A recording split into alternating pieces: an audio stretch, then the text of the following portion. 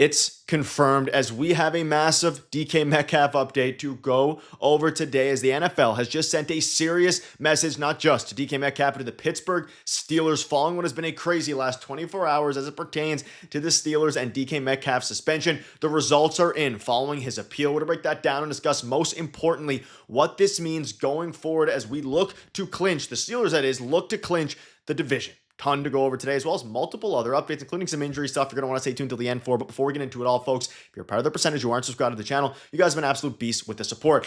Folks, it is official, and I had a video earlier today talking about how I think he's going to get suspended for 2 games. Well, ultimately he did, but I think he was going to get it, or rather I thought he was going to get it reduced to 1 game. Not the case. 47 minutes ago from Tom Pelissero, Steelers wide receiver DK Metcalf's 2-game suspension has been upheld by Commissioner Designee Chris Palmer. So and a lot of you guys, I read all the comments in the video earlier this afternoon. We all thought that they were going to get, or that, the Steelers were going to have DK Metcalf for the final game of the year and that they were going to reduce the suspension to maybe just 1 game. And then he'll come back for the Ravens game and, it is what it is.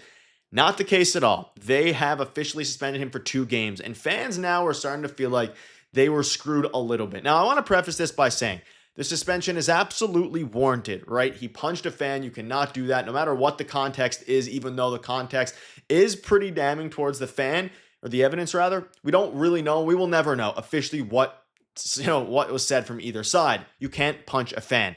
At the same time, there is some double standards being brought up, talking about the Lamar Jackson situation, who avoided a suspension completely, and now DK Metcalf, he is getting a 2-game suspension.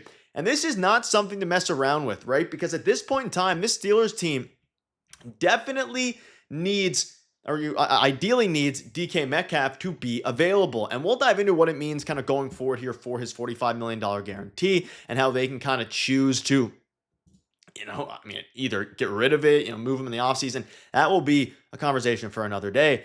But the 2-game suspension is upheld. Now, if you missed, the context, or you've been kind of out of the Steelers loop, living under the rock from the Steelers side of things for the past few days, again, he punched a fan. He is now done for the final 2 games. Now, what does that mean going forward? For one, came out yesterday that the 2-game suspension for what the NFL terms deem as conduct detrimental to the league will now void at least $45 million in future guaranteed money for the Steelers receiver. He would still be able to earn that money over the next 2 years. His 4-year, $132 million contract notes that, of course, if he fails to practice or play with the club, player suspension obviously counts towards that, or club conduct detrimental to, of course, the NFL, his guarantees will be null and void. Now, I saw a lot of you guys in the comment section, not necessarily correcting me, but, confirming what, the Steelers have a choice here, and there's been a lot of rumblings now about, now that he's suspended for these 2 games, they could choose to trade him in the offseason. There's been rumblings about, they let him go because a lot of that money now, or all of the guaranteed money, is no longer there. If they trade him, you don't owe him any money, right? You're not going to be on hook for that salary in theory. At the same time, there's been a lot of rumblings about, with the way that this wide receiver core has been, maybe they make it, they draft a wide receiver and move on from DK. I'm not ready to go there yet. My number one focus is winning the division and, winning the Super Bowl this year. That's, of course, what we're all excited to see. But in the same vein, this does matter. And let me know down below, do you think that this 2-game suspension was valid? I think ultimately, all other things equal, yes. The Lamar Jackson situation makes this sting a little bit, and what we do know is that the NFL is sending a serious message here to just stop messing with the fans. And at the end of the day, the fans said that he didn't say anything bad. DK Metcalf said that he said, the N-word and other slurs. Regardless of what was, we're never going to know, right? But if the fan did say that, I don't blame DK Metcalf for his actions at all, right? That is a horrible thing. You never want to hear that. Now, if the fan didn't say anything and the fan is claiming that he said nothing, well, then there's a little bit of there's a bit of a questionable thing there. But regardless of that, let me know down below what your thoughts are on all of this. Some crazy stuff happening. I'm going to do, Mike Tomlin spoke out about it, and he said he heard from, DK Metcalf directly, and that he doesn't condone the punching, but he understands it basically, and that he's going to take DK's side. That's kind of where I'm at with it. I'm going to just, especially if what was said was true, you can't really blame him, but at the same time, you got to be able to kind of keep your anger intact, especially at a time like this during the season. So let me know down below what your thoughts are on this, especially as now your wide receiver group is basically confirmed. We'll have an update on Calvin Austin, I presume, tomorrow, but Adam Thielen, you're going to have, Scotty Miller, Marquez Valdez-Scantling. We'll see what Aaron Rodgers has to cook up. Now, none of that will matter if, of course, the Ravens lose, and there's questionable, Lamar Jackson's questionable at this point to start that game, but also Jordan Love is questionable. He was limited at practice today, but he was questionable, so we'll have a full video diving into that. But I want to dive into some comments from Mike Tomlin that kind of went under the radar this afternoon about this, and he spoke out about the Browns defense. And let's pivot for a minute to this upcoming game against the Browns, because yes, there's a scenario where if the Ravens lose to the Packers on Saturday, none of this matters. There's also a scenario where the Ravens destroy the Packers with Clayton Tune as the quarterback for the Packers, that is, and then we have to win the game against the Browns.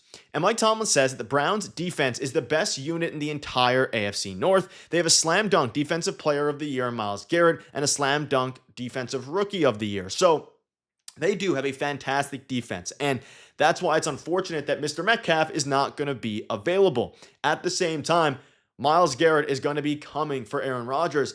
But the O-line has looked really, really good. I mean, whether you look at it from the perspective of, and it looks like Andrews Pete will be returning, but there's been a lot of, Dylan Cook has looked really, really good. Could be a diamond in the rough for this team. I mean, Troy Fautanu, he's been solid. Obviously, Andrews Pete, if he makes his return, Isaac Samalo has been crucial. You got to have, it's a great test for the O-line, a playoff type game, not because the Browns are a playoff caliber team, but because you're going to go up against some of the best defensive players in the game. And speaking of defensive players, something that's been falling under the radar heavily for the Steelers team is how good Jalen Ramsey has been at nickel. You could see Nick Farabaugh saying, I like him better at nickel corner than safety at this point in his career, but the best iteration of the Steelers secondary probably has him playing free safety, so he's going to play there as long as Eccles is healthy, and Eccles is also questionable for the game on Sunday. But we did see multiple times where Jalen Ramsey shifted back to nickel corner last week.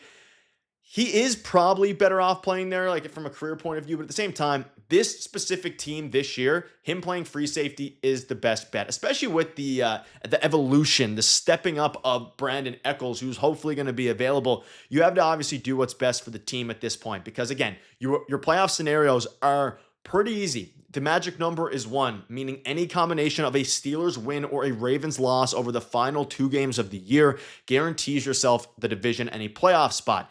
Now, the caveat to that is you play the Ravens, unfortunately, the last game of the year, so you can't rely on them to lose twice. You have to, of course, either win on Sunday or have the Ravens lose. But all these things are going to be very intense and matter a lot. Now, in case you missed my video earlier today, feel free to check that one out after you've watched this one in its entirety. Mike Tomlin said that if the Ravens lose to the Packers, there's a chance they rest their guys. So the Packers or the Ravens, if they lose, Mike Tomlin's saying that the Steelers may just rest a lot of their players. So none of this might not matter, especially if they can rest with all their injuries that are happening. Get TJ Watt back for the playoffs.